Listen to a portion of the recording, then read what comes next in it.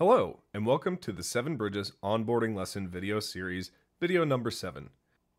This video is about the Public Apps Gallery, which is where the tools to perform analyses on our platform are hosted and curated. The learning objectives for this video are to understand that the Public Apps Gallery contains hundreds of apps that can be used in numerous ways, and that these apps are editable for your specific purposes. These apps are parameterized and contain instructions to make them easy to run and explain how they work. Many apps contain benchmarks in their descriptions, which can help you compute time and cloud costs. At the end of this video, you'll be able to browse and search Public Apps Gallery by category or keyword, add apps to your project in preparation for running an analysis, and read app descriptions for instructions, common issues, and benchmarking information. The Apps Gallery is curated and contains the tools you need for your analysis. There are over 700 tools and workflows. The benefits of using these apps is that they have been optimized for speed and cost running in the cloud. They are fully parameterized and customizable with different options for toggling different parameters on or off. They can be run using a GUI or an API client available in Python or R. The tool descriptions contain helpful hints and information about benchmarking, app development, or research behind the app. All the tools in the Apps Gallery are reproducible, portable, and pre-configured. They work where and when you need them to work. This is made possible by describing each piece of software in the Common Workflow Language, or CWL for short. CWL is a community-based open standard to represent portable and reproducible workflow. It makes everything play nice together. Each step in the workflow is enabled by Docker, which provides all the necessary software dependencies for that step to execute. A future set of modules will present more about CWL and how to create and edit tools and workflows inside of your project. This is a little more of an advanced topic, so we will not cover it today, but we will give you a brief introduction. This demonstration will show you how to browse the Public Apps Gallery based on category and a text search, find and read through the app descriptions to find things such as origin or benchmarking, compare and contrast the difference between tools and workflows, and examine CWL tools that build and modify apps. Once you've logged into CAVATICA, you'll navigate to the Public Apps page by going to the top bar here, clicking Public Apps, and clicking on Workflows and Tools. Before we get into that part of the demonstration, you'll notice I've created a new project. That is because you can't change the source file. You copy a version of this app into your project, edit it here, or run as is, and each run will then become a task, like you've seen in the previous videos. We click on Workflows and Tools to navigate to the Public Apps Gallery.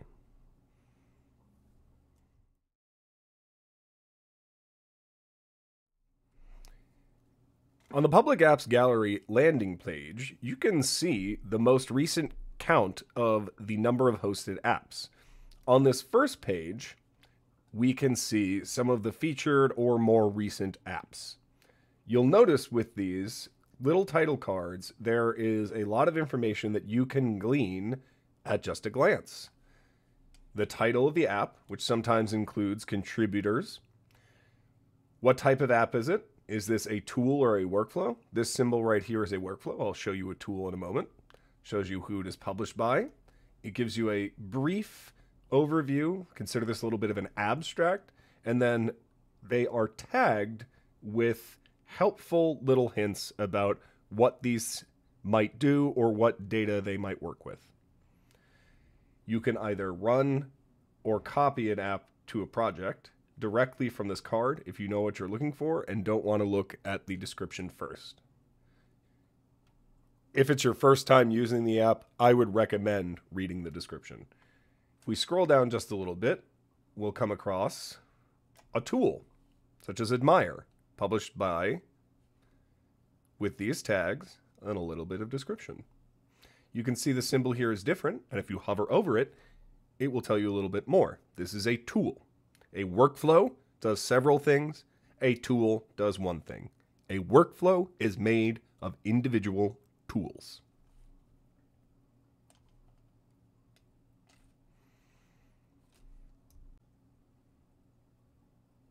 When we're prepared to browse the apps, you'll navigate there by clicking on this Browse Apps button. Already, you will see some intuitive categories which you can use to further subset results to find exactly what you're looking for and what you need for your analysis. You can filter by tools to only show workflows or show all. This category section is how you would search these little tags over here. So transcriptomics remains. You can clear selected with the clear the selected button. You can use this toolkit section. This tells what the toolkit was created under. Let's go with this CPSR. Clear selected. And then we can look at the different CWL versions. We retain all versions. Apps are updated when new CWL releases happen. The CWL versions are retained through every update of CWL.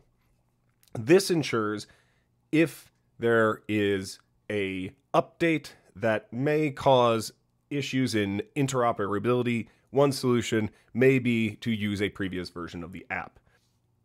We'll now look for a specific app. One of the most common ones used is DESeek2.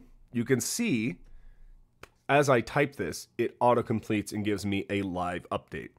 This has given us a few results. You'll see here that we do host DESeek by itself and that this is a tool.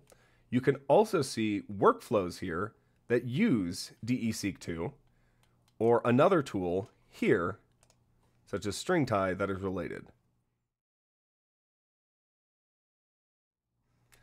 Now that we've found the tool we wish to use, we can check out the tool description page.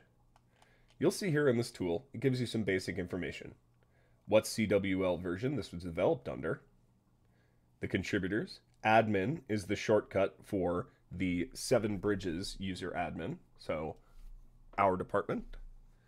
The toolkit that this uses, this one uses DESeek2, 1.260. The license, if there is a public license associated with this tool to protect intellectual property. The category, this is these little tags. The app ID, this will be used later in the API series. And then links, this is a program that was not developed by us, but wrapped in CWL here. So credit where credit is due. You can go and check out the original DESeek2 app, though I'm sure many are already familiar. Up here, some important information to note is the revision number. This lets you know the revision you're using, and you can backtrack to earlier versions. If you backtrack to the 0 version, you can see there is very little here. This is just simply hosting this to get it ready for us to work on. When you update your app, when you edit your app, you will be asked to add a brief description about what is different in this version. You can see here what they worked on was normalizing box plot labels. Here, they fixed ignore TX version parameter. The most current working version, you can see when it was published and who it was created by, how long ago it was edited, here, this source file. And then you can move on to the description. The description here includes pretty exhaustive information about how this app is run. Common use cases are typically included,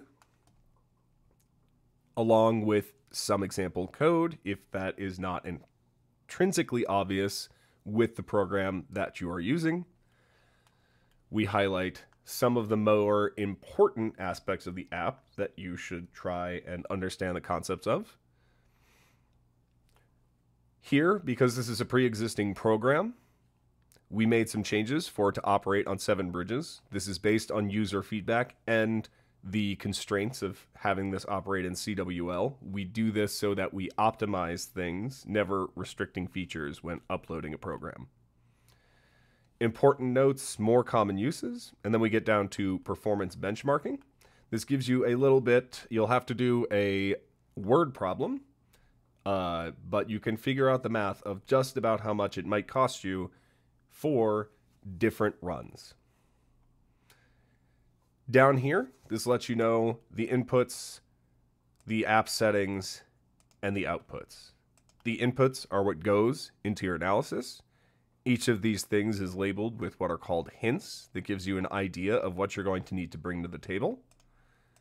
The app settings let you know how these parameters are configured and then what you may be able to change.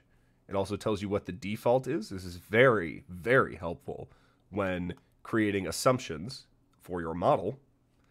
And then it gives you hints about the types of output you can expect here from this tool.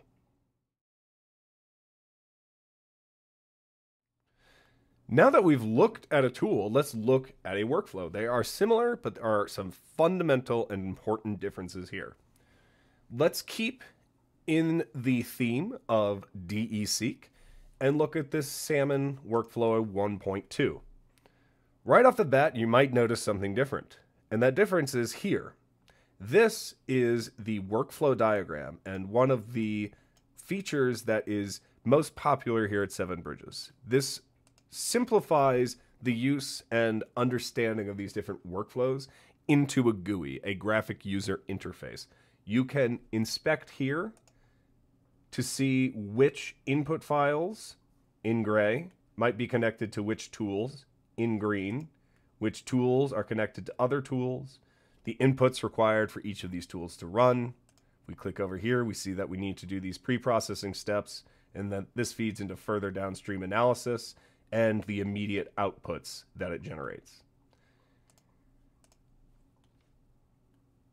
We can go down here and see again that this is a very complete and thorough description. The performance benchmarking is a little more expanded with tables. You can change your expectations based on the size of your data and what you're doing with it. We also have cost and benchmarking information on the CAVATICA Knowledge Center. We show you how to implement this with API, again covered in a later video. References, inputs, settings, outputs, and their associated hints.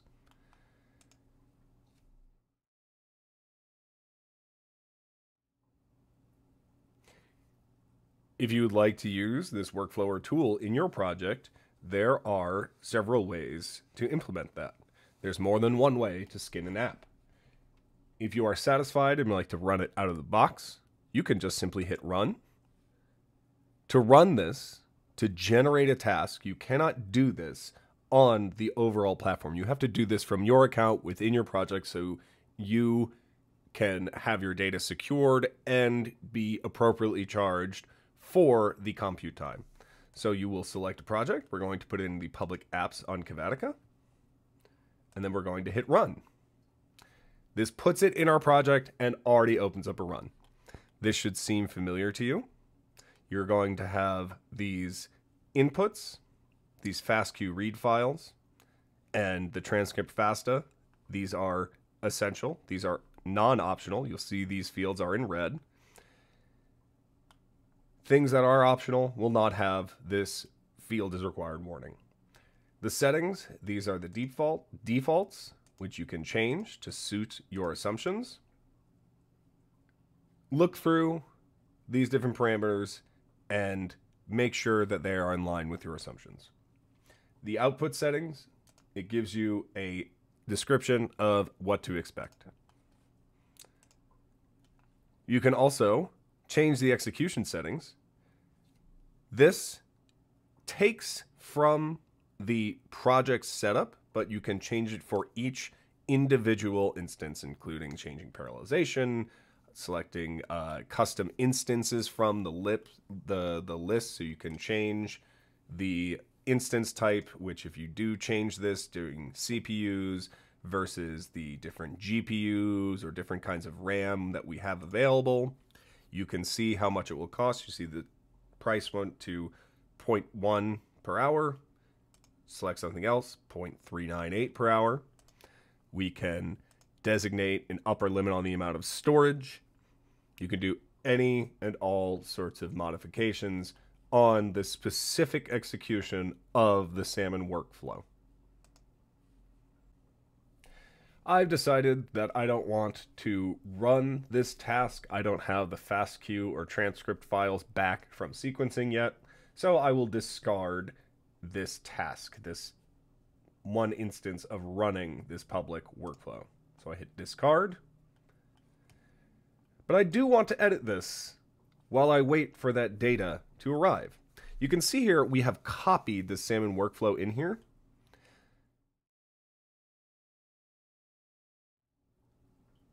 This is the original, unable to be changed, which we copied into our project by hitting run.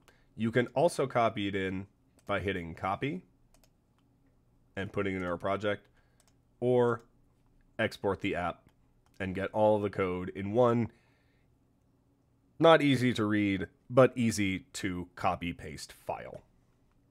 We go back to our specific copy in our public apps on CAVATICA project. We can have our own revision history here and edit as we see fit. It will confirm that you wish to edit this. When you hit edit, and this will be covered in a much later video about app development, you can see here the different ways you can edit this app. Very popular, this GUI, intuitive, drag and drop. If you click on different parts of the workflow, you can see what's required in all of these different tools, who they're connected to. You can look back at the app info and change this. This is all markdown format. You can also look at the code. This is the CWL. I would not recommend editing this itself, but rather using the tool editor in the selected tools, which we will show you in a moment. So we go back to our visual editor, and we want to edit, let's say, the salmon index. We have these different options toggled on or off. Let's say we want to add gene code FASTA here. We want to say keep duplicates. These different things will turn on.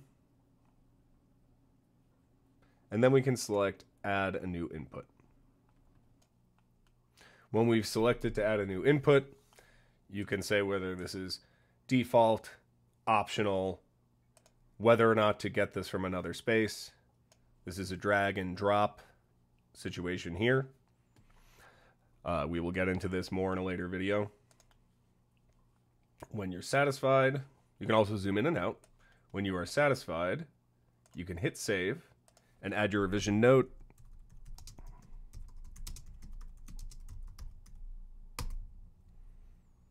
When we save, it'll be updated. We'll be brought back out. You can see our revision has changed. Added extra example input. We look here. It cleaned it up, but we can see right here, there is our new blank custom input, which we didn't define. We've looked at a workflow, but now let's look at editing a tool itself. We can click over here and go to edit. And you'll notice right off the bat that this GUI is somewhat different than the workflow. This has several different sections. This will all be covered in a later CWL training course, but as an overview, it asks for the basic inputs, outputs, the different parameters, how to set up this run of the app. You can investigate these. I recommend, along with our CWL course, changing some of these inputs, outputs on a dummy project or a dummy app, and then seeing how these GUI sections are translated into this common workflow language that's executed from the command line here. Everything that we've put up in here is executed by these commands on the platform down here. And when you click on things such as, let's say, these file requirements here, this is our R script, this is DESeek2, the R script. You can see here, you can go in here and actually edit the R code directly. You can go in here and edit the Python script directly as well. We will show you how to do this more in depth in another video. We have not made a revision, so there is no revision update. You can run this tool in the same way that you would run a workflow, by hitting run, and then you will create a new instance, a new task. The key takeaways from this demonstration are that the public apps gallery contains hundreds of apps that can be used in many types of scientific analysis that are easily searchable by different categories or keywords. These apps are parameterized and contain instructions to make them easy to run. The most typical runtime is usually the defaults that the apps are set to. You should read the app descriptions to find instructions, common issues, and benchmarking information. The next video in the onboarding series is the analysis walkthrough of the variant browser. We'll see you there.